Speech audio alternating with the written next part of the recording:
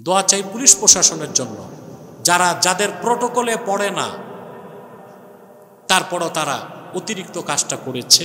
আমি দোয়া চাই তাদের জন্য, আল্লাহ যেন তাদেরকে উত্তম পুরস্কার দান করেন। হযরত ইব্রাহিম 4টা পাখি নিলেন, পাখিগুলোকে পোষ মানালেন, জবাই করে টুকরা টুকরা করে পাহাড়ের মধ্যে ছড়াই দিলেন। পাখিগুলোর নাম ধরে যখন ডাকলেন, পাখিগুলো সব জিন্দা হয়ে তার হাতে চলে আসলো। বলেন সুবহানাল্লাহ। আল্লাহ যে মৃতকে জিন্দা করতে পারেন, ইলমুল ইয়াকিনটা হযরত ইব্রাহিমের নিকট আইনুল ইয়াকিন হয়ে গেছে। কিন্তু মুসলমান, আল্লাহ কি ঘোষণা করলেন? হযরত ইব্রাহিম চোখে দেখে যে ইয়াকিন লাভ করেছেন, উম্মতে মুহাম্মাদি এই কোরআন পড়ার মাধ্যমে সেই ইয়াকিন লাভ করতে পারবে। আল্লাহ বলেছেন, আলা বিযিকরিল্লাহি তাতমাইন্নুল কুলুব। সাবধান, জেনে রেখো, আল্লাহর জিকিরে মুমিনের অন্তরগুলো প্রশান্ত হয়। অর্থাৎ আল্লাহর জিকিরের অর্থ এখানে কোরআন। বান্দা যত কোরআন পড়বে, যত বুঝবে, তার ইয়াকিন তত বাড়তে বাড়তে তার ইমানটা পরিপূর্ণ হয়ে যাবে, তার পুরো অন্তরটাই নূরের টুকরায় পরিণত হয়ে যাবে। আজকে আমরা সূরা আর রাদ থেকে 2টা আয়াত তেলাওয়াত করেছি। বলুন তো কোন সূরা? 27 এবং 28। 27 এবং 28। এই 2টা সূরাকে কেন্দ্র করে, 2টা আয়াতকে কেন্দ্র করে আমরা আমাদের কিছু কথা শুনবো, যার মাধ্যমে আল্লাহ আমাদের ঈমান আকীদাকে দুরুস্ত করবেন। তিলাওয়াতের মাধ্যমে প্রবেশ করছি মূল আলোচনায়। আমার সঙ্গে আপনারাও পড়ুন। আউযু বিল্লাহি মিনাশ শাইতানির রাজীম।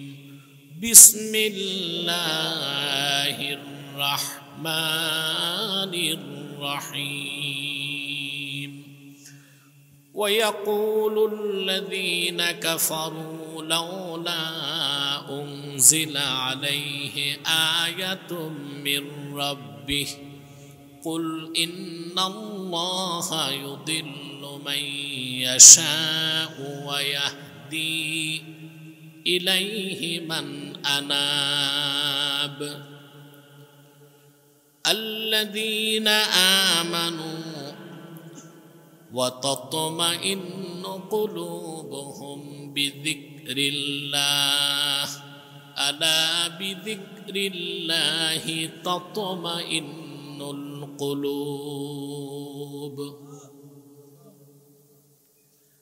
আল্লাহ পাক বলেন, ওয়ায়াকুলুল লাযিনা কাফারু, যারা অবিশ্বাসী, কুফর করেছে, কাফের, মুশরিক, বেঈমান, তারা বলে, লাউলা উনজিলা আলাইহি আয়াতুম মিন রাব্বিহ, যদি মুহাম্মদ সাল্লাল্লাহু আলাইহি ওয়াসাল্লামের কাছে আল্লাহর কাছ থেকে কোনো নিদর্শন আসতো। যারা ঈমান আনে নাই, ঈমান না আনার পিছনে এটা ছিল অজুহাত। আল্লাহ পাক বললেন, হাবিব আপনি বলে দেন তাদেরকে, কুল ইন্নাল্লাহা ইউদিল্লু মান ইয়াশাউ ওয়া ইয়াহদি ইলাইহি মান আনাব। প্রিয় হাবিব আপনি বলুন, যারা এই কথা বলে যে মুহাম্মদ সাল্লাল্লাহু আলাইহি ওয়াসাল্লামের কাছে যদি কোনো নিদর্শন আসতো, তাদেরকে বলুন যে নিশ্চয়ই আল্লাহ যাকে ইচ্ছা তাকে পথভ্রষ্ট করেন, আর যে বিনয়ের সাথে এগিয়ে আসে আল্লাহর দিকে, আল্লাহ তার হেদায়েত করেন।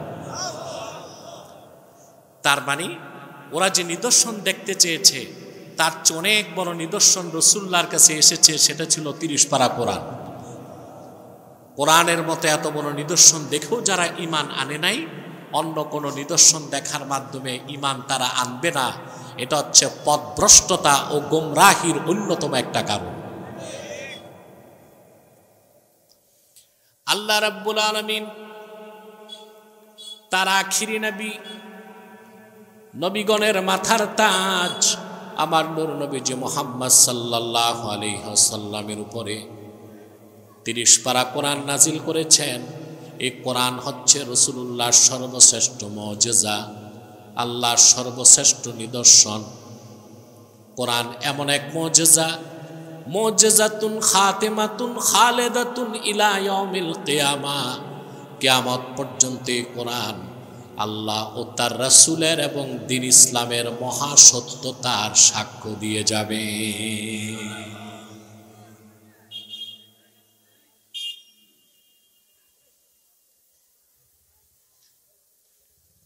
এটা কি অবস্থা? যান স্বেচ্ছাসেবকরা, থামান এগুলো। আপনাদের কোনো কাজ তো প্রি প্ল্যান না, যে সড়কে আসবো এখানেই বাজার বসাইছেন, তার মানুষ চলে কি করে? দুই একজন যান, বাচ্চাদের থামান।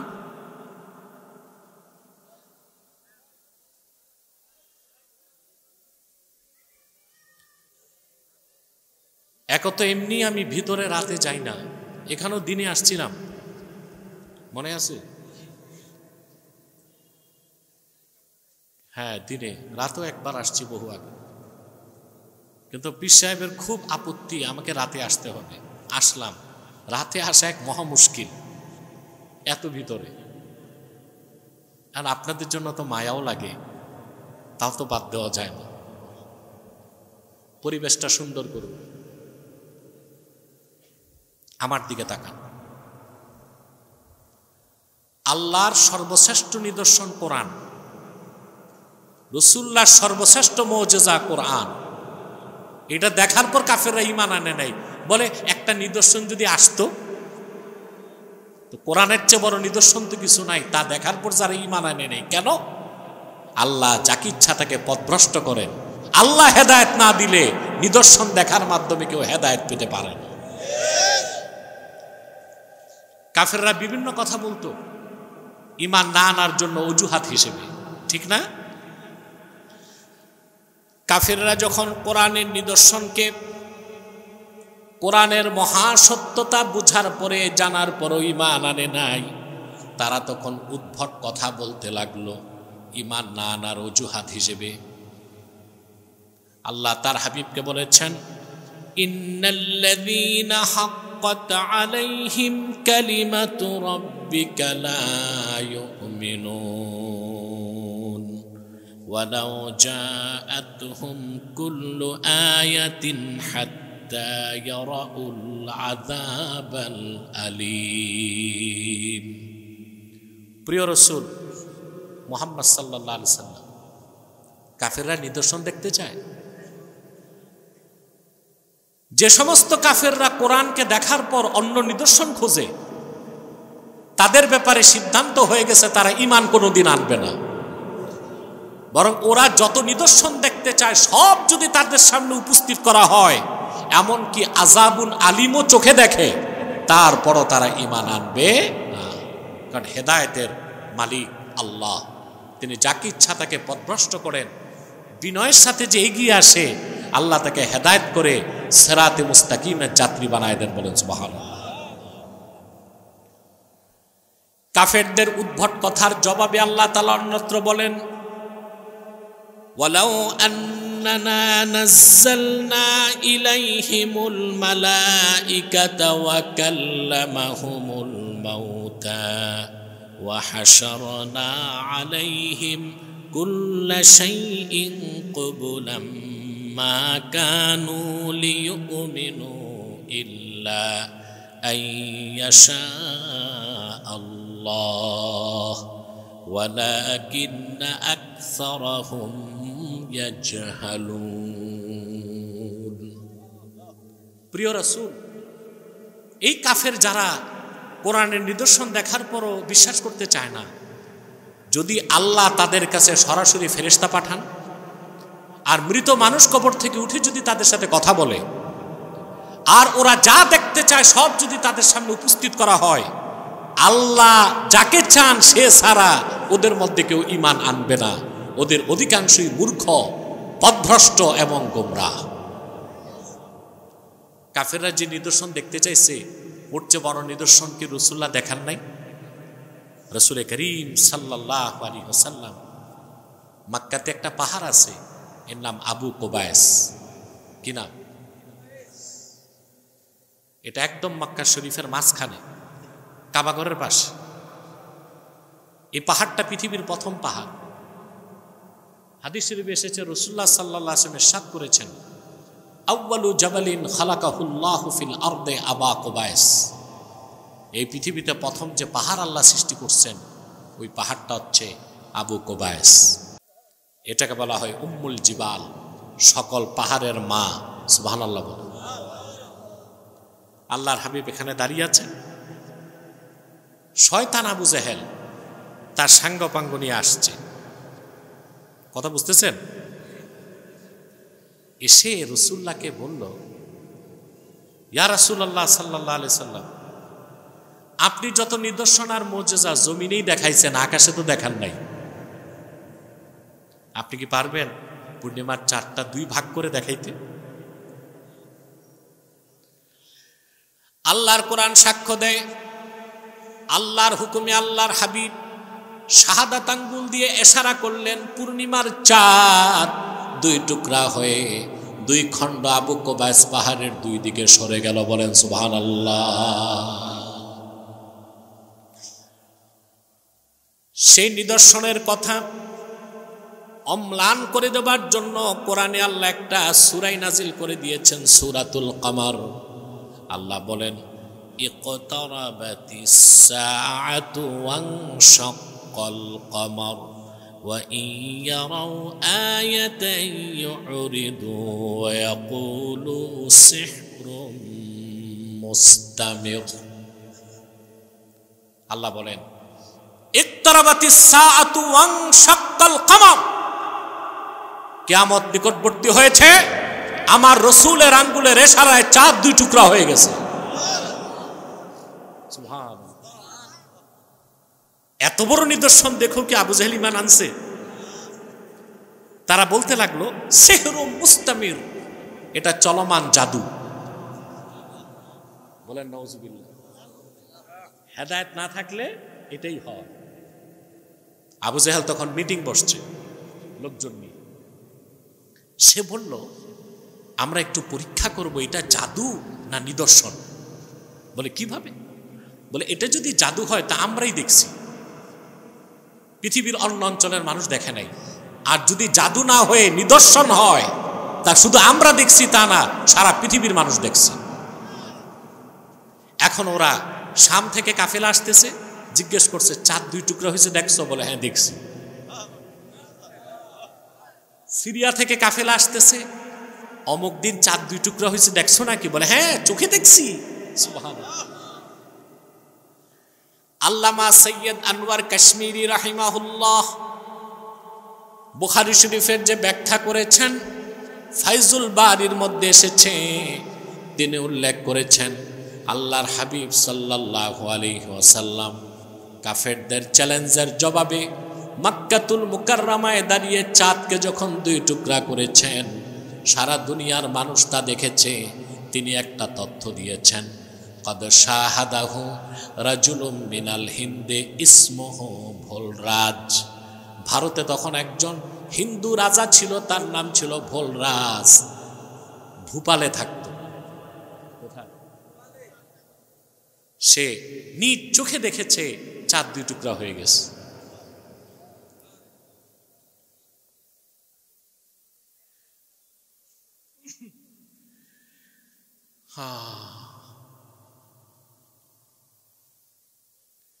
সে নিজ চোখে দেখেছে চাঁদ 2 টুকরা হয়ে গেছে। এখন হিন্দু রাজা চিন্তায় পড়ে গেছে, চাঁদ 2 টুকরা হলো কেন? সকালবেলা তার বাহিনীর, তার মন্ত্রী, উপদেষ্টা, ধর্মের পণ্ডিত সবাইকে ডাকছে। বুঝতে পারছেন? বলল, আমি গত রাতে দেখেছি পূর্ণিমার চাঁদ 2 টুকরা হয়ে আবু কুবাইস পাহাড়ের 2 পাশে সরে গেছে। তারা জিজ্ঞেস করলো, স্বপ্ন দেখছেন? বলে না, দিব্য চোখে দেখেছি জেগে জেগে। পণ্ডিতরা বসে গেছে ধর্মগ্রন্থ নিয়ে। তারপর তাকে বলছে, যা দেখছেন ঠিকই দেখছেন। পণ্ডিতরা বলল, আমাদের ধর্মগ্রন্থে লেখা আছে এই পৃথিবীর তাম মানুষের কান্ডারি হিসেবে মুক্তির জন্য আখিরি নবী মুহাম্মদ সাল্লাল্লাহু আলাইহি সাল্লাম মক্কায় আগমন করবেন। কাফেরদের চ্যালেঞ্জের মোকাবেলায় তিনি চাঁদকে 2 টুকরা করবেন।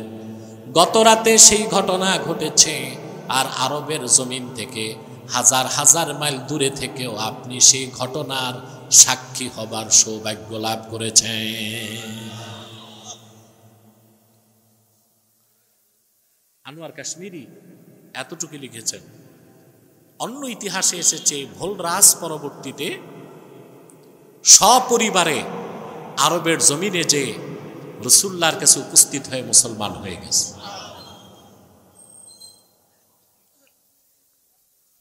আবু জেহেল কি মুসলমান হয়েছে? আল্লাহর হাবিবের পাশে দাঁড়িয়ে তিনি চাঁদ 2 টুকরা করছেন, দেখার পর বিশ্বাস করছে। কারণ আল্লাহ যদি হেদায়েত না রাখেন তো নিদর্শন দেখে কেউ মুসলমান হবে না, কারণ কোরআনই তো সবচেয়ে বড় নিদর্শন। এই নিদর্শন দেখার পর যে মুসলমান হয় না, আর কোন নিদর্শন এসে মুসলমান হতে পারে। প্রিয় বন্ধুগণ, খেয়াল করতেছেন কেন তারা মুসলমান হবে না? ঈমান আনে নাই। আল্লাহ বলে দিয়েছেন, কুল ইন্নাল্লাহা ইউদিল্লু মান ইয়াশাউ ওয়া ইয়াহদি ইলাইহি মান আনাব। মুহাম্মদ সাল্লাল্লাহু আলাইহি ওয়াসাল্লাম আপনি বলুন, নিশ্চয় আল্লাহ যাকে ইচ্ছা তাকে আপন রহমত থেকে সরায় দেন, তখন সে পথভ্রষ্ট হয়। আর যে কিনা বিনয়ের সাথে আল্লাহর দিকে এগিয়ে আসে, আল্লাহ তারে হেদায়েত দিয়া মঞ্জিলে মাকসুদে পৌঁছায় দেয়। বলেন সুবহানাল্লাহ। হেদায়েত হচ্ছে 2 প্রকার। কয় প্রকার? মনোযোগ আছে আপনাদের? এই দিক তাকান। হেদায়েত 2 প্রকার। একটা হচ্ছে ইরাআতুত তারিক, পথ দেখায় দেওয়া, যে এটা সত্যর পথ, এটা জান্নাতের পথ, এটা হকের পথ। আরেকটা হচ্ছে ইসাল ইলাল মাতলুব, শুধু পথ দেখায় দেওয়া না, ব্যক্তিকে হেদায়েতের শেষ সীমানায় পৌঁছায় দেওয়া। কয় প্রকার? একটা হচ্ছে ইরাআতুত তারিক, পথ দেখায় দেওয়া, জান্নাতের পথ, হকের পথ দেখাতে লক্ষাধিক পয়গম্বর এসেছে, 104টা কিতাব এসেছে।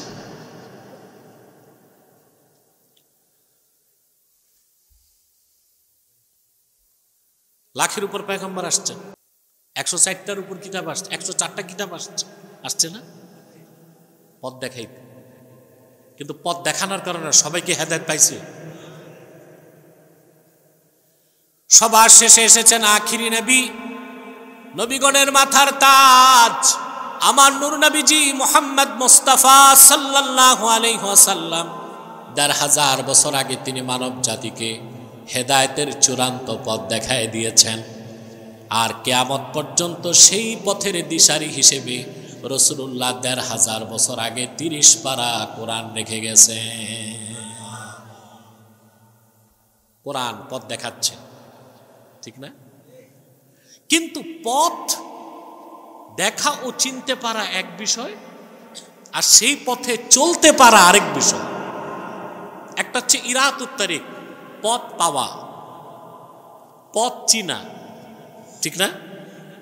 আরেকটা হচ্ছে পথ চিনার পর সেই পথের যাত্রী হওয়া, ওটা হচ্ছে ইসাল ইলাল মাতলুব। ওইটা আল্লাহ নিজের হাতে রাখছেন, কারণ সবার পক্ষে সত্যকে জানার পর, সত্যকে চিনার পর গ্রহণ করা সম্ভব নাও হতে পারে, পারে না? আমি 2টা দৃষ্টান্ত দিচ্ছি হাদিস শরীফ থেকে। কুরাইশদের মধ্যে আবু জেহেলের খুব ঘনিষ্ঠ ছিল আখনাস ইবনু শারিক। কি নাম? সে ছিল বুদ্ধিজীবী। কি ছিল? কুরাইশদের বুদ্ধিজীবী। এখন বুদ্ধিজীবী আছে না? কিন্তু ভালো বুদ্ধিজীবী বাঙালি পাইল না। আখনাস বিন শারিক একদিন আবু জেহেলকে নিয়ে গোপনে এক জায়গায় যেয়ে বলল, ফাইন্নাহু লাইসা হাহুনা মিন কুরাইশিন গায়রি ওয়া গায়রুক ইয়াসমাউ কালামানা।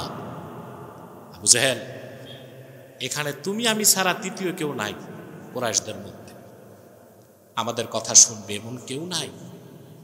তোমার একটা কথা জিজ্ঞেস করি, বলবা? বলে বলো। আখরাজ বিশারিক বলল, আখবিরনি আন মুহাম্মাদিন সাল্লাল্লাহু আলাইহি ওয়াসাল্লাম আহুয়া সাদিকুন আসাদিকুন হুয়া আম কাযিব। তুমি তো জ্ঞানী মানুষ, বুদ্ধিজীবী, তুমি আল্লাহর হাবিব মুহাম্মদ সাল্লাল্লাহু আলাইহি ওয়াসাল্লামকে কাছ থেকে দেখছো, সত্য করে বলো তিনি কি সত্যবাদী? হাদিস সাক্ষ্য দেয়। আবু জাহেল জবাব দিল, ওয়াইহাকা ওয়াল্লাহি আন্না মুহাম্মাদান সাল্লাল্লাহু আলাইহি ওয়াসাল্লাম লাসাদিকুন ওয়া মা কাযাবা মুহাম্মাদুন সাল্লাল্লাহু আলাইহি ওয়াসাল্লাম কাত্তু। আবু জাহেল বলল, কাবার মালিক আল্লাহর কসম করে বলি, নিশ্চয় মুহাম্মদ সাল্লাল্লাহু আলাইহি ওয়াসাল্লাম তিনি মহাসত্যবাদী, আর জিন্দিগিতে কোনোদিন তিনি একটা মিথ্যা কথাও বলেন নাই। এই স্টেটমেন্ট কার? কথা বলে ঈমান আনছে, সত্যকে চিনতে পারছে, ঠিক না? কিন্তু গ্রহণ, হেদায়েত দুই প্রকার। একটা হচ্ছে ইরাতুত তারিক, হেদায়েতের পথ দেখায় দেওয়া। আরেকটা হচ্ছে ইসালিলাল মাতলুব, হেদায়েতের পথে শেষ গন্তব্যে পৌঁছায় দেওয়া। সুবহানাল্লাহ, কথা বুঝতেছেন? আরেকটা দৃষ্টান্ত দিচ্ছি। বুখারী শরীফ কিতাবুল মাগাজিতে হাদিসটি এসেছে 3950 নম্বর হাদিস। বুঝতেছেন?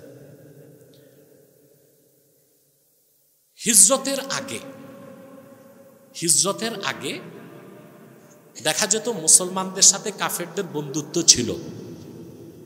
তখনও কাফেরদের সাথে মুসলমানদের বন্ধুত্বকে হারাম করা হয়নি। যখন আল্লাহ পাক ঘোষণা করলেন, ইয়া আইয়ুহাল্লাযীনা আমানু লা তাত্তাখিযু আবাআকুম ওয়া ইখওয়ানাকুম আউলিয়া ইন ইসতাহাব্বুল কুফরা আলাল ঈমান। হে বিশ্বাসীগণ, তোমরা তোমাদের পিতাদেরকে, তোমরা তোমাদের ভাইদেরকে বন্ধু বানায়ো না যদি তারা ঈমানের উপর কুফরকে প্রাধান্য দেয়। অর্থাৎ তারা যদি ঈমান না আনে, হোক বাপ হোক ভাই, তোমাদের কোনো সম্পর্ক থাকতে পারে। এই কথাটা মনে থাকবে। এই কথা যে মনে রাখবে, সে কি বাচ্চাকে খ্রিস্টানদের স্কুলে পড়তে দিবে? আপনার তো খ্রিস্টানদের খপ্পরে পড়ে যাচ্ছেন। পাশে স্কুল করে রাখছে, ওই এনজিওর স্কুলে যে পড়াশোনা করছেন, মধুর সাথে বিষ মিশায়া সন্তানগুলোকে ইসলাম থেকে খারিজ করে খ্রিস্টান ধর্মের দিকে ধাবিত করে দিচ্ছে। কি হিসাব দিবেন আল্লাহর কাছে? এগুলো খেয়াল করেন না? কথা বলেন, খেয়াল নাই তো? আছে খেয়াল? না, একটু খেয়াল নাই। ইমাম সাহেব মৌলবী সাহেবরা আছে বেদাতের ফতুয়া নিয়ে, মানুষ কাফের মুশরিক নাস্তিক খ্রিস্টান হয়ে যাচ্ছে, ওই ব্যাপারে কথা নাই। শুধু ফতুয়া দিবে, টুপি কোনটা ঠিক কোনটা বেঠিক, জুব্বা কোনটা ঠিক কোনটা বেঠিক, সালাত সালাম বসে পড়বো না দাঁড়ায় পড়বো, মুস্তাহাব মুস্তাহসানের বিষয় নিয়ে মানুষকে ব্যস্ত করে দিছে। আরেকদিকে খ্রিস্টানরা মানুষকে ধরে ধরে কাফের বানায় দিচ্ছে, খ্রিস্টান বানায় দিচ্ছে, সেই দিকে কোনো খেয়াল নাই। আমি ভুল বললাম? এটা ফরিদপুরে রাজবাড়ির সামনে, রাজবাড়িতে শান্তিডাঙ্গা একটা গ্রাম আছে, শান্তিডাঙ্গা, কুষ্টিয়ায়। 2016 সালে আমি এসেছিলাম। কুষ্টিয়া ইসলামী বিশ্ববিদ্যালয়ের দেয়ালের সাথে গ্রাম, এক মহল্লায় এক গ্রামে 22টি মুসলিম পরিবার একসাথে খ্রিস্টান হয়েছে। আমরা এসেছি, তাদেরকে বুঝিয়েছি। শোনা যাচ্ছে প্রায় 20টা পরিবারই আবার ফিরে এসেছে। মানুষকে তো বুঝাতে হবে, শোনাতে হবে। আপনি আল্লাহর হাবিব আখিরি নবী মুহাম্মদ সাল্লাল্লাহু আলাইহি ওয়াসাল্লামের উম্মত, আপনি খ্রিস্টান হবেন কেন? খ্রিস্টানরা যারা নবী মানে, ঈসা নবী নিজেই তো আল্লাহর কাছে দরখাস্ত করে আল্লাহর হাবিবের উম্মত হয়ে গেছে। তা আপনি খ্রিস্টান হবেন কোন? ঈসা নবী দরখাস্ত করে নাই? কবুল হয় নাই। নবী মুসা আল্লাহর কাছে প্রার্থনা করেছেন, একবার দুইবার নয়, 8 বার তিনি উম্মত চেয়েছেন। আল্লাহ তার দোয়া নাকচ করে দিয়েছেন। 9ম বার তিনি দোয়া করেছেন, হাত্তা তামান্না মুসা আইয়াকুনা মিন উম্মতি মুহাম্মাদিন সাল্লাল্লাহু আলাইহি ওয়াসাল্লাম। 9ম বার নবী মুসা হাত তুলে আল্লাহর কাছে দোয়া করলেন, আল্লাহ উম্মত চাই না, আমাকেই তুমি মুহাম্মদ সাল্লাল্লাহু আলাইহি সাল্লামের উম্মত বানায় দাও। আল্লাহ বললেন, মুসা দেরি হয়ে গেছে, 8 বার উম্মত না চেয়ে 1ম বার উম্মত হতে চাইতা, আমি তোমার উম্মত বানায় দিতাম। ঈসা নবী খ্রিস্টান রাজারে নবী মানে, তিনি এই ঘটনা জানতেন। তিনি আল্লাহর কাছে হাত তুলে শুধু বলতেন, আল্লাহুম্মা জাআলনি মিন উম্মতি মুহাম্মদ সাল্লাল্লাহু আলাইহি ওয়াসাল্লাম। আল্লাহ তুমি আমারে মুহাম্মদ সাল্লাল্লাহু আলাইহি ওয়াসাল্লামের উম্মত বানায় দাও। সুবহানাল্লাহ বলবেন। ঈসা নবীর দোয়া আল্লাহ কবুল করছে, দোয়া আল্লাহ কবুল করছে। ইহুদিরা তাকে যখন হত্যা করতে গেল, ঈসাকে হত্যা করতে পারেনি ইহুদিরা, আল্লাহ ঈসা নবীকে আকাশে উঠায় নিয়েছেন। কোথায়? আকাশে। আর সে মহল্লায় না, কোথায়? আকাশে। ও আল্লাহ উঠায় নিয়েছে। যারা হত্যা করতে গেছে তাদের একজনকে আল্লাহ সাদৃশ্য দিছেন। ইহুদিরা তারে ধরে হত্যা করে কয় ঈসা শেষ। আল্লাহ কয় না, মারছো যে এটা ঈসা না, এটা মিসা। ঈসা কই? আসমান। মারছে যেটা ওটা কি? খ্রিস্টানরা এই মিথ্যা প্রতারণায় আছে, ইহুদিদের শিখানো মিথ্যা কথায় তারা ক্রুসিফিকেশনকে বিশ্বাস করে যে ঈসাকে শূলবিদ্ধ করে হত্যা করা হয়েছে। আল্লাহ কোরআনে বলেছেন ঈসাকে হত্যা করা সম্ভব হয় নাই, আল্লাহ তাকে আকাশে উঠায় নিয়েছে। কেন? ঈসা নবীর আগে অনেক নবীকে বনী ইসরাইল হত্যা করছে না? ইন্নাল্লাযীনা ইয়াকফুরুনা বিআয়াতিল্লাহি ওয়া ইয়াকতুলুনান নাবিয়্যিনা বিগাইরি হাক্কিন ওয়া ইয়াকতুলুনাল্লাযীনা ইয়া'মুরুনা বিল কিসতি মিনান নাস ফাবাশশিরহুম বিআযাবিন আলীম। আল্লাহ পাক বলেছেন, ইন্নাল্লাযীনা ইয়াকফুরুনা বিআয়াতিল্লাহ, বনী ইসরাইলের যারা আল্লাহর আয়াতগুলোকে অস্বীকার করে, ওয়া ইয়াকতুলুনান নাবিয়্যিনা বিগাইরি হক, আর ইহুদি বনী ইসরাইলরা অসংখ্য পয়গম্বরকে বনী ইসরাইলের অন্যায়ভাবে হত্যা করছে।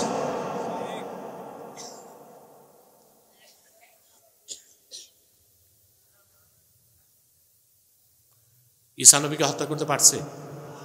কেন? আল্লাহ তার দোয়া কবুল করে ফেলেছিলেন যে আল্লাহ তাকে আখিরি নবী মুহাম্মদ সাল্লাল্লাহু আলাইহি ওয়াসাল্লামের উম্মত বানায় দিবেন।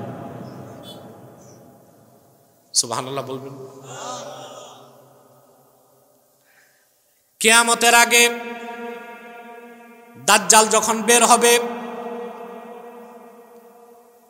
হযরত ঈসাকে আল্লাহ আকাশ থেকে নামাবেন, দামেস্কের জামে মসজিদের পূর্ব পাশের মিনারা দিয়ে তিনি নামবেন। আকাশ থেকে 2 জন ফেরেশতার উপর ভর করে দামেস্কের জামে মসজিদের মিনারায় নামবেন। সেখান থেকে সিঁড়ি দিয়ে আস্তে আস্তে নিচে নেমে আসবেন। মসজিদের ভিতরে থাকবে ইমাম মাহদি। সুবহানাল্লাহ। কে থাকবেন? ইমাম মাহদি।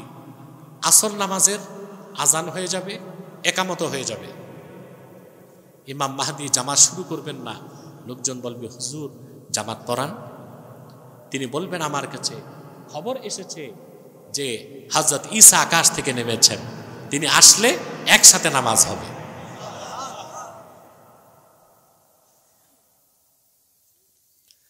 হযরত ঈসা যখন মসজিদে ঢুকবেন, হানাফি মাযহাবের শ্রেষ্ঠ আকীদার কিতাব শারহু ফিকহিল আকবরে এসেছে, ফায়ুশিরুল মাহদি ইলা ঈসা ইবনে মারইয়াম বিত্তাকাদ্দুম। ইমাম মাহদি ইশারা করে হযরত ঈসাকে বলবে, আপনি নামাজি ইমাম হন, আমরা নামাজ পড়ব। কিতাব সাক্ষ্য দেয় হযরত ঈসা বলবেন, না আমি নামাজ পড়াবো না, আপনি উম্মতের ইমাম, আপনি নামাজ পড়াবেন। হযরত ঈসা নামাজ পড়াবেন না, মাহদির পিছনে নামাজ পড়বেন। তার কারণ কি? মোল্লা আলী কারি লিখেছেন, ফায়াক্তাদি বিহি লিইয়ুযহিরা মুতাবিআতা নাবিয়িনা মুহাম্মাদিন সাল্লাল্লাহু আলাইহি ওয়াসাল্লাম। হযরত ঈসা ইমামতি করবেন না, মাহদির পিছনে নামাজ পড়বেন। এই কথা প্রকাশ করতে, আমি বনি ইসরায়েলের নবী ছিলাম ঈসা, আমি নবী হিসেবে আসি নাই, মুহাম্মদ সাল্লাল্লাহু আলাইহি ওয়াসাল্লামের উম্মত হিসেবে এসেছি। খ্রিস্টানরা যারা নবী মানে হযরত ঈসা, তিনিই তো আল্লাহর কাছ থেকে আবেদন করে মঞ্জুর করাইছেন তিনি কিয়ামতের আগে নামবেন মুহাম্মদ সাল্লাল্লাহু আলাইহি সাল্লামের উম্মত পরিচয় দিয়ে। সুবহানাল্লাহ বলবেন না? তো ইসলাম ছাড়া অন্য কিছু চিন্তা করবেন? কথা বলেন। কাফের মুশরিকদের সাথে আপনাদের সম্পর্ক থাকতে পারে কতটুকু? অমুসলিম না খেয়ে আছে, খাদ্য দিতে পারবেন। পোশাক নাই, পোশাক দিবেন। ঘর নাই, ঘর করে দিবেন। অমুসলিমের ঘরে আগুন লাগছে, মুসলমানরা পানি দিয়ে নিভাই দিবেন। কিন্তু তাদের কোনো ধর্মীয় কাজে বা মিশনে অংশগ্রহণ করতে পারেন না। তা বিনা পয়সায় পড়াইতে বাচ্চাগুলোর যে স্কুলে দিচ্ছেন খ্রিস্টানদের, এক সময় তো সন্তান হারাবেন, ইসলাম থেকে বের হয়ে যাবে। ওয়াদা করেন কোন একজন মুসলমান তার সন্তানকে খ্রিস্টানদের পরিচালিত স্কুলে দিবেন না। কারা কারা হাত তুলে দেখান, হাত লম্বা করেন। মনে রাখবেন মুসলমান, সব কিছুর ঊর্ধ্বে ঈমান এবং ইসলাম। সবকিছুর ঊর্ধ্বে ঈমান এবং ইসলাম।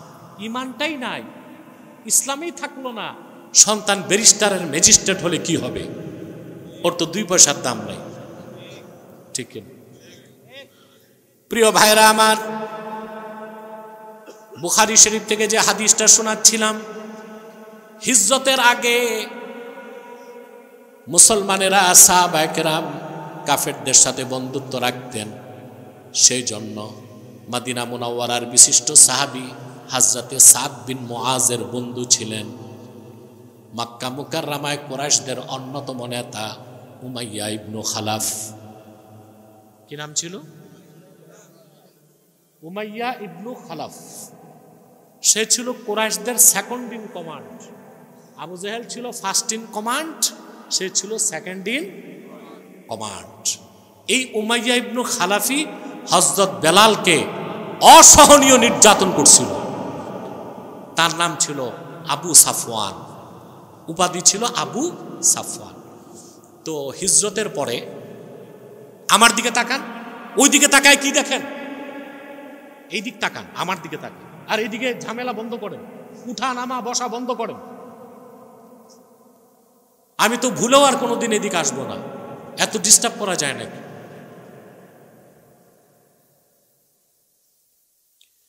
উমাইয়া ইবনু খালাফ হযরত বেলালকে নির্মম নির্যাতন করছে। সে ছিল কুরাইশদের second in command. Madina Munawwara থেকে সাদ বিন মুআজ যখন মক্কায় আসতেন, উমাইয়া ইবনু খালাফের বাড়িতে উঠতেন। উমাইয়া ইবনু খালাফ যখন মদিনা মুনাওয়ারায় যেত, সাদ বিন মুআজের বাড়িতে উঠত। হিজরতের পরে মদিনা মুনাওয়ারা থেকে আল্লাহর হাবিবের বিশিষ্ট সাহাবী সাদ বিন মুআজ রাদিয়াল্লাহু তাআলা আনহু তিনি মক্কায় আসলেন কাবাগর তওয়াফ করতে। এসে উঠলেন উমাইয়া বিন খালাফের বাড়িতে। বন্ধু তো উমাইয়া ইবনু খালাফকে বলল, দোস্ত আমি তো সাহাবী মুসলিম, আবু জেহেল আমাকে দেখলে রাগ করবে। উনজুর লি সাআতা খালওয়াতিন লাআল্লি আন আতুফাল কাবা। তুমি আমার জন্য একটা খালি সময় দেখো, যখন সবাই থাকবে দূরে, আমি একা কাবাগর তওয়াফ করে চলে যাব। ঠিক দুপুর বেলা আবু জাহাল, কেউ নাই, কাফেররাও নাই, কাবাগরের আশপাশ খালি। উমাইয়া ইবনু খালাফ সাদ বিন মুআজকে নিয়ে কাবাগর তওয়াফ করাতে নিয়ে আসছে। দুইজন এসেই দেখে শয়তান আবু জাহেল দাঁড়ায় আছে। বুঝতেছেন? এখন উমাইয়া ইবনু খালাফ তাকে আবু জেহেল বলল, মান হাজা মাআক, তোমার সাথে এই লোককে? বলে সে হচ্ছে সাদ বিন মুআজ, মদিনা মুনাওয়ারা থেকে এসেছে আল্লাহর ঘর কাবা তোয়াফ করতে। বলে তারে সাহসটা দিছে কে? মদিনা মুনাওয়ারা থেকে, মক্কা বিজয়ের আগের কথা, মদিনা মুনাওয়ারা থেকে সে একাই কি আসছে কাবাগর তোয়াফ করতে? যদি তোমার সাথে না থাকতো তাকে আমি সুস্থ দেহে মদিনা মুনাওয়ারা ফিরতে দিতাম না। মুমিনের ঈমান কি জিনিস! সাদ বিন মুআজ ছিলেন একা মক্কায়, আশেপাশে সব ছিল কাফের মুশরিক। তিনি আর চুপ থাকতে পারলেন না, উচ্চ কণ্ঠে তিনি বললেন, আবু জেহেল, মদিনা মুনাওয়ারায় ফিরতে তুমি যদি আমারে বাধা দিতা তাহলে কিভাবে তুমি মদিনা মুনাওয়ারার পথ দিয়ে ব্যবসা করতে শাম দেশে যাও সেটা আমি দেখে নিতাম। মুমিন কাউকে ভয় পায়? কাকে ভয় পায়? সুবহানাল্লাহ। কি সাহস! ইমানদারকে আল্লাহ যে সাহস দেন, কাফেরকে ওই সাহস দেন। পা নিচে এইভাবে নমরুদ বসত। আবু জেহেল তখন লজ্জা পাইছে, এত জোরে ধমক দিয়া কথাটা বলছেন। তো উমাইয়া ইবনে খালাফ নেতাকে অপমান সহ্য করতে পারেনি, সেও তো কাফের। তার কাছে বন্ধু বড় না তার জাতি ভাই বড়? উমাইয়া ইবনে খালাফ তখন সাদ বিন মুআজকে বললেন, লা তারফা সাউতাক আলা আবিল হাকাম সাইয়্যিদি আহলিল ওয়াদি। এই মক্কা উপত্যকার নেতা আবু জেহেলের সাথে তুমি জোরে কথা বলো না, সে আমাদের নেতা। মুআজ তখন বললেন, তুমি নেতা নিয়া পড়ে আসো, নিজের খবর রাখো। বলে আমার আবার কি খবর? সাদ বিন মুআজ বললেন, আল্লাহর কসম, আমি আল্লাহর রসূলের নূরের জবান থেকে নিজের দুই কানে শুনেছি, তিনি ঘোষণা করেছেন মুসলমানেরা তোমাকে হত্যা করবেন। ভাইরা আমার, কি বুঝাতে চাচ্ছি মনোযোগ দিয়া শোনেন। সত্যকে চিনতে পারলেই সত্যকে মানা যায় না। হেদায়েত কার হাতে? সত্যকে চিনতে পারা একটা বিষয়, আর তা গ্রহণ করা আরেকটা বিষয়। ঠিক কিনা বলে? স্তম্ভিত হয়ে সে দাঁড়ায় গেছে, একটু সন্দেহ করল না। রাসূলুল্লাহ বলেছেন, সে বিশ্বাস করছে। বলল, আমাকে হত্যা করা হবে কি মক্কায় না মক্কার বাইরে? বলে রাসূলুল্লাহ সাল্লাল্লাহু আলাইহি ওয়াসাল্লাম এইটা বলেন নাই। একদিকে বন্ধু, আরেকদিকে নেতা, দোনোটারে ফেলে এক দৌড় দিছে বাড়িতে। যে ডাকতেছে তার বউকে, ইয়া উম্মা সাফওয়ান, সাফওয়ানের মা জলদি আসো। তার বউ দৌড়িয়ে আসছে। বললে কি হয়েছে? বলে মদিনা মুনাওয়ারা থেকে আমার যে বন্ধুটা এসেছে, সে বলেছে মুহাম্মদ সাল্লাল্লাহু আলাইহি ওয়াসাল্লাম বলেছেন আমাকে মুসলমানেরা হত্যা করবে। তার স্ত্রীও একই প্রশ্ন করছে, মক্কায় না অন্য জায়গায়? মক্কার বাইরে। বলে এইটা বলে নাই। উমাইয়া ইবনে খালাফ ছিল কাফেরদের দ্বিতীয় বড় নেতা। রাসূলুল্লাহর কথাকে সে অক্ষরে অক্ষরে বিশ্বাস করলো। সেজন্য সে তার স্ত্রীকে বলল, তুমি সাক্ষ্য থাকো, ওয়াল্লাহি লা আখরুজু মিন মক্কা, আল্লাহর কসম আমি কোনোদিন আর মক্কার বাইরে যাব না। রাসূলুল্লাহর কথাকে বিশ্বাস করছে কিনা? ঠিক না? পুরা ওয়াদা করছে, আমি আর মক্কার বাইরে যাব না। শুরু হইল বদর যুদ্ধের দামামা। আবু জেহেল এসে ঘরে ঘরে রিক্রুট করতেছে সৈন্য, আসছে উমাইয়া ইবনে খালাফের কাছে, বদর যুদ্ধে যেতে হবে। উমাইয়ার মনে পড়ছে সাদের কথা। এখন সে বাহানা করে বলতেছে, না আমার শরীরটা ভালো না, আমি বদর যুদ্ধে যাব না। আবু জেহেল তো ছিল নেতা, নেতার কাজ হচ্ছে তেল দেওয়া, পাম্পটি দেওয়া, ঠিক কিনা? এগুলোই অধিকাংশ নেতার কাজ। আর আবু জেহেল তো ছিল কাফেরদের নেতা। সে বলল, তুমি যদি না যাও তো বাকিরা কি যাবে? আবু জেহেলের কথায় সে রাজি হয়ে গেল, বলল ঠিক আছে আমি যাব। আবু জেহেল যাওয়ার পরই তার বউ তাকে বলল, তুমি কি ভুলে গেছো সাদের কথা? মুহাম্মদ সাল্লাল্লাহু আলাইহি ওয়াসাল্লাম বলেছেন তোমাকে মুসলমানেরা হত্যা করবে। বলে আমি তো এমনি না আবু জাহেলের একটা বুঝ দিছি, আমি একটু বের হয়ে আবার ফিরে আসব। আমার ভাইয়েরা, রাসূলুল্লাহ যেই কথা বলেছেন সেই কথার ব্যতিক্রম হতে পারে না। উমাইয়া ইবনু খালাফ বের হলো মক্কা থেকে, আর ফিরতে পারে নাই। বদর পর্যন্ত উপস্থিত হলো। বদরুদ্দিন আইনি নকল করেন, ফাকাদ্দারাল্লাহু কাতলাহু বিয়াদি বেলালিন মুআজ্জিনি রাসূলিল্লাহ সাল্লাল্লাহু আলাইহি ওয়াসাল্লাম। যে বেলালকে উমাইয়া এত বেশি কষ্ট দিল, আল্লাহ পাক রাসূলুল্লাহর মুয়াজ্জিন সেই বেলালে হাবশির হাতে উমাইয়া ইবনু খালাফের হত্যাকে নিশ্চিত করে দিয়েছে। সত্যকে জানার পর, সত্যকে বুঝার পর গ্রহণ করতে পারে না। হেদায়েত কয় প্রকার? একটা হচ্ছে সত্যর পথ দেখায় দেওয়া, আরেকটা হচ্ছে সেই পথে চলতে পারা। সুবহানাল্লাহ বিহামদিহি। প্রথম তার কাজ কোরআনের, কোরআন দেখায় দিচ্ছে কোনটা সত্যের পথ, কোনটা মিথ্যার পথ, কিন্তু সেই পথে কে চলতে পারবে এটা নির্ধারণ কে করেন? সেজন্য আল্লাহ তাআলা বলেছেন, কুল ইন্নাল্লাহা ইউদিল্লু মান ইয়াশাউ ওয়া ইয়াহদি ইলাইহি মান আনাব। মুহাম্মদ সাল্লাল্লাহু আলাইহি সাল্লাম আপনি বলুন, নিশ্চয় আল্লাহ যাকে ইচ্ছা তাকে পথভ্রষ্ট করেন, আর যে বিনয়ের সাথে এগিয়ে আসে আল্লাহ তাকে হেদায়েত করে মঞ্জিলে মাকসুদে পৌঁছায় দেন। বলেন সুবহানাল্লাহ। আল্লাহ কাদেরকে হেদায়েত করে চূড়ান্ত গন্তব্যে পৌঁছান সেটা আল্লাহ বলে দিয়েছেন, আল্লাযীনা আমানু ওয়া তাতমাইন্নু কুলুবুহুম বিযিকরিল্লাহি আলা বিযিকরিল্লাহি তাতমাইন্নুল কুলুব। সুবহানাল্লাহ। যারা ঈমান এনেছে আর আল্লাহর জিকিরে যাদের অন্তরসমূহ প্রশান্ত হয় তাদেরকে আল্লাহ হেদায়েত দিয়া হেদায়েতের চূড়ান্ত গন্তব্যে পৌঁছায় দেন। এখন এখানে তো একটা প্রশ্ন আসে, কি আসে? প্রশ্ন হচ্ছে যারা মুমিন তারা তো হেদায়েত পেয়েছে, আবার হেদায়েতের দরকার কি?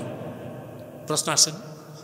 এখানে বিষয়টা হচ্ছে ঈমানটা আনার পরে অন্তরে যে ইয়াকিন, এটা সবার সমান হয় না। সমান হয়? সবার ইয়াকিন সমান হয়? ঈমানটা সবাই আনছে, যেমন আমরা সবাই পরকাল বিশ্বাস করি, ইয়াকিন সবার সমান? জি না।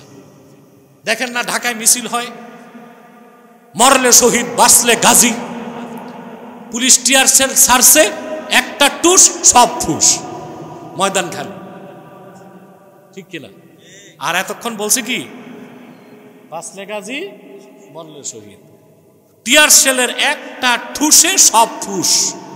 এখন আর মনে নাই মরলে শহীদ বাঁচলে, তার কারণ কথা ঠিক, এই কথায় ঈমানও আছে, ইয়াকিনটা পুরোপুরি। আমি একটা দৃষ্টান্ত দিচ্ছি আপনাদের। মানুষের অন্তরে ঈমান আনার পর ইয়াকিন যত বাড়ে তার অন্তর থেকে সন্দেহ তত দূর হয়। অন্তরে যখন সন্দেহ থাকে না, ঈমান পরিপূর্ণতা লাভ করে, অন্তরটা এত প্রশস্ত হয়ে যায়, আল্লাহর আকার যত প্রশস্ত। বলেন সুবহানাল্লাহ। ইব্রাহিম আলাইহিস সালাম তিনি আল্লাহকে একদিন ডেকে বললেন, রব্বি আরিনি কাইফা তুহইল মাউতা, হে আমার রব তুমি আমাকে চোখে দেখায় দাও কিভাবে তুমি মৃতকে জিন্দা করো। বললেন কে? ইব্রাহিম আলাইহিস সালাম, জাতির পিতা, জলিলুল কদর পয়গম্বর। আল্লাহ তাৎক্ষণিক প্রশ্ন করলেন, আওয়ালাম তুমিন, আমি কি মৃতকে জিন্দা করতে পারি, এটা তুমি বিশ্বাস করো না? হযরত ইব্রাহিম বললেন, ক্বালা বালা ওয়ালাকিন লিয়াতমাইন্না কলবি, বিশ্বাস করি আল্লাহ, তবে তুমি যদি চোখে দেখায় দাও অন্তরের ইয়াকিনটা বেড়ে যাবে, আমার অন্তরে কোনো সংশয় সৃষ্টি হবে না পরকালের ব্যাপারে। ঈমান ছিল, ইব্রাহিম আলাইহিস সালাম চাইছেন ইয়াকিনটা বাড়াইতে। কি বাড়াইতে?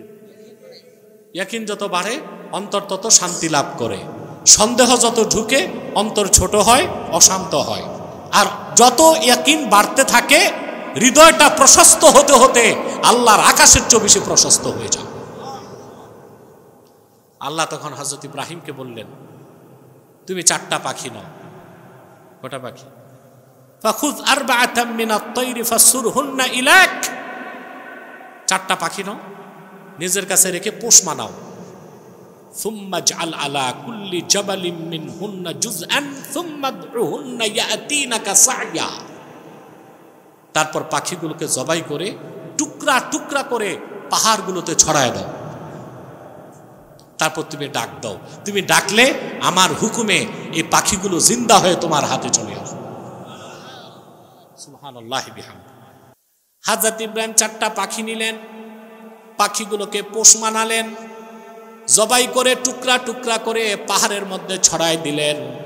পাখিগুলোর নাম ধরে যখন ডাকলেন, পাখিগুলো সব জিন্দা হয়ে তার হাতে চলে আসলো। বলেন সুবহানাল্লাহ। আল্লাহ যে মৃতকে জিন্দা করতে পারেন, ইলমুল ইয়াকিনটা হযরত ইব্রাহিমের নিকট আইনুল ইয়াকিন হয়ে গেছে। কিন্তু মুসলমান, আল্লাহ কি ঘোষণা করলেন? হযরত ইব্রাহিম চোখে দেখে যে ইয়াকিন লাভ করেছেন, উম্মতে মুহাম্মাদি এই কোরআন পড়ার মাধ্যমে সেই ইয়াকিন লাভ করতে পারবে। আল্লাহ বলেছেন, আলা বিযিক্রিল্লাহি তাতমাইন্নুল কুলুব। সাবধান, জেনে রেখো, আল্লাহর জিকিরে মুমিনের অন্তরগুলো প্রশান্ত হয়। অর্থাৎ আল্লাহর জিকিরের অর্থ এখানে কোরআন। বান্দা যত কোরআন পড়বে, যত বুঝবে, তার ইয়াকিন তত বাড়তে বাড়তে তার ঈমানটা পরিপূর্ণ হয়ে যাবে, তার পুরা অন্তরটাই নূরের টুকরায় পরিণত হয়ে যাবে। এখানে জিকির মানে সকাল সন্ধ্যার জিকির না। আল্লাহ অনেকগুলো বিষয় কি জিকির বলছেন। কি বলছেন? কথা বলে না। সকাল সন্ধ্যা জিকিরটা জিকির, কিন্তু নফল। এটা কি? আজান দেওয়া জিকির, কিন্তু সুন্নাতে মুআক্কাদা। কাবাগর তোয়াফ করা জিকির কিন্তু ফরজ। সাফা মারওয়ায় সাই করা জিকির কিন্তু ওয়াজিব। আবার 5 ওয়াক্ত নামাজটাও সবচেয়ে বড় জিকির, কিন্তু এটা ফরজ। সুবহানাল্লাহ বলুন। নামাজ পড়া কি সন্দেহ আছে?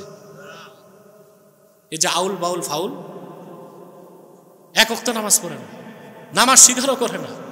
নামাজ অস্বীকারী মুসলমান না কাফের?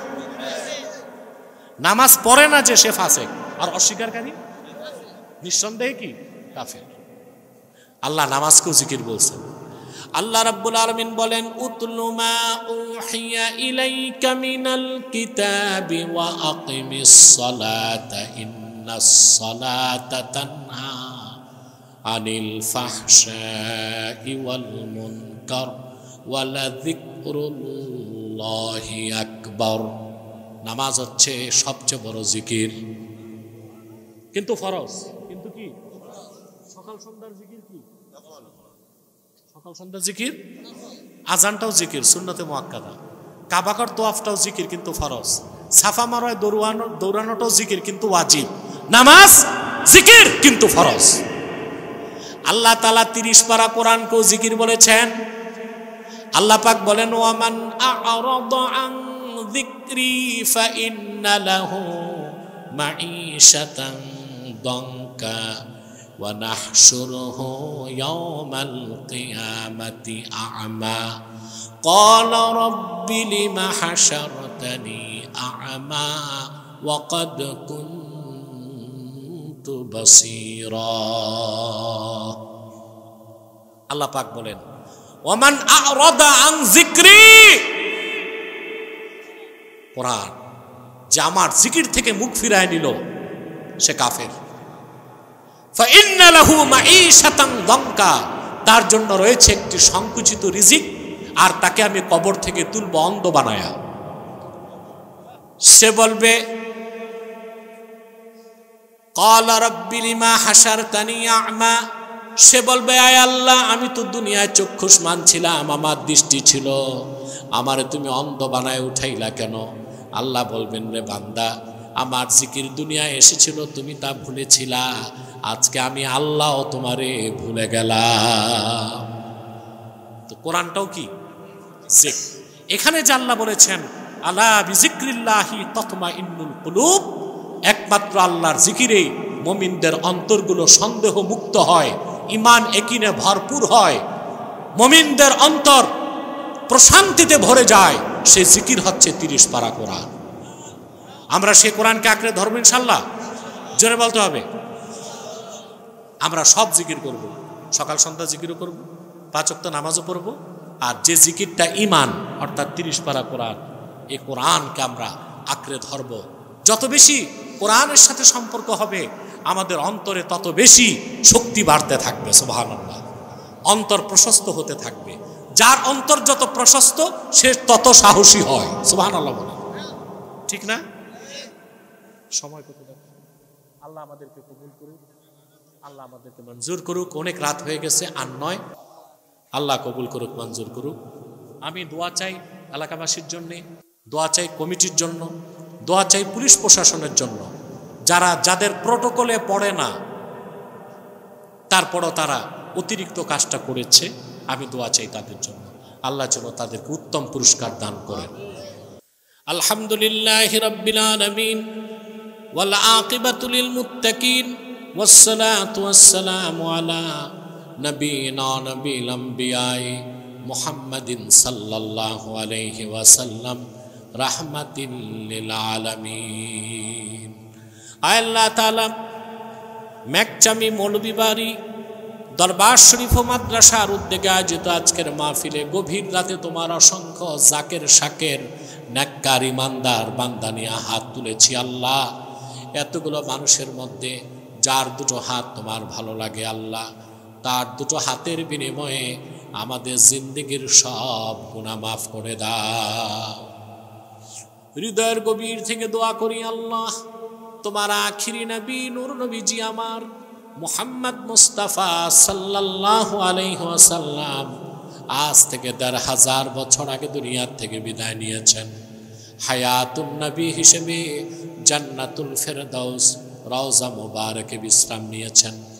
আল্লাহ, জীবনে একবার তোমার আখিরি নবী নূর নবীজি আমার মুহাম্মদ মুস্তাফা সাল্লাল্লাহু আলাইহি ওয়াসাল্লামের জান্নাতুল ফেরদাউস রওজা মুবারকে উপস্থিত হয়ে গো আল্লাহ, তোমার হাবিবের নূরের কদমে দরুদ ও সালামের হাদিয়া দেবার আগে আল্লাহ তুমি ডাক দিও না।